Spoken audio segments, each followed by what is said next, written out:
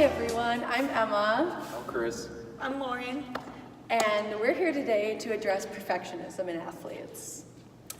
So perfectionism essentially is the strong need to perform at a flawless level with excessively high standards for yourself and evaluating yourself in a critical manner.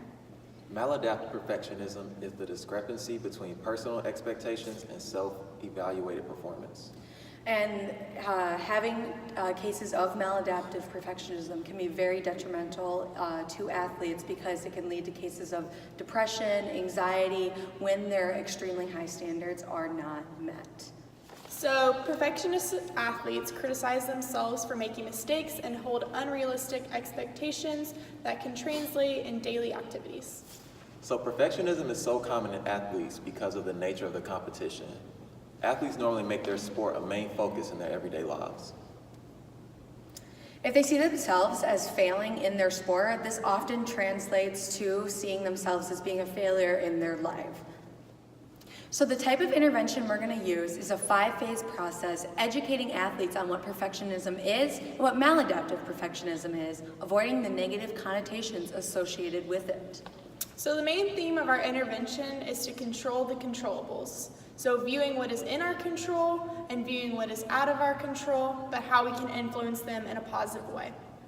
At the end of the intervention, we will implement a perfectionism journal to evaluate the athlete's perceptions on controllables and uncontrollables, and allow the athletes to have baseline statistics. Hi, Chris. Hello, how are you? Good, how are you? Pretty good. So for our first phase, our goal is to turn maladaptive perfectionism into productive perfectionism. Okay. So we want to go over what perfectionism is, what maladaptive perfectionism is, how you view perfectionism, and how controllables relate to perfectionism. Okay. And again, we want to put this in a positive light because sometimes perfectionism has a negative connotation. So we just want to give it a positive light and something that we can change in a way. So for our next phase, I have a list here. What are your controllables in golf? So I want you to write down things that you can control. Okay. Thank you.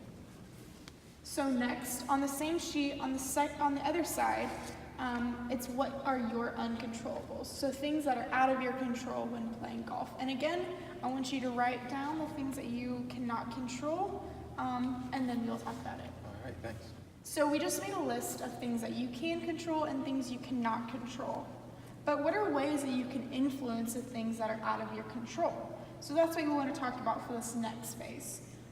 Essentially reframing the way we look at things, especially the uncontrollables, putting it in a more positive light, and viewing those uncontrollables as things we can control. So I want to talk about that. I want you to share how you feel, ways that you can control uncontrollables. Okay. So finally, to end this session, I have a perfectionism journal.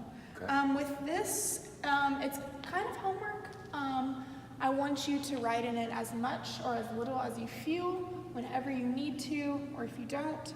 But this is a way to create autonomy, so you have a voice, you have an opinion, you feel like you are in control of what you view, and also this will help you make a change on your own. So within this, it's more of a keepsake that you can always reflect on how you perceive these things. And also, we can create baseline statistics for golf. So we look at fairways hit, putts made, and greens hit, and that way you aren't exceeding what you should be shooting. So of course striving for excellence, but not letting yourself get over your head. Gotcha. And then finally, I want you to think about how you were thinking on each shot. So grade yourself. Was your mindset in the right frame? Were you viewing those things in your control? Was it a positive way? Or were you letting the uncontrollables play you and get the best of you as you were playing? Yeah, definitely. Okay, so here you go. Thank you. Thank you. Our goal in focusing on controlling the controllables is in the realm of perfectionism. We often want to be superior in every aspect of our sport, but that is very unlikely as we often face things that could hinder our performance, like uncontrollables such as the weather, a bad coach, or poor team showing at tournaments. We set these unrealistic expectations for ourselves that everything will turn out to be the standard we set, and that not just in the case of sports. So with that, we wanted to switch our mindset in being able to influence the factors we may not be able to control, but reframe them in a positive way. For example, although it is supposed to rain today, I have brought my rain suit and umbrella, and I've played in these conditions many times. We are allowing the athletes to feel that they can control the outcome of the play with the right frame of mind. At the end of our intervention, the athletes will have gained an awareness towards the maladaptive tendencies that they may or may not be experiencing. The athletes will also gain perspective on what they can and cannot control in the aspects of their sport and how they can use them to further their abilities. Athletes will learn how to influence the things that they can't control and make them controllables. Hey, thanks for watching. We hope you learned a little something about perfectionism and maladaptive perfectionism and how to control the controllables.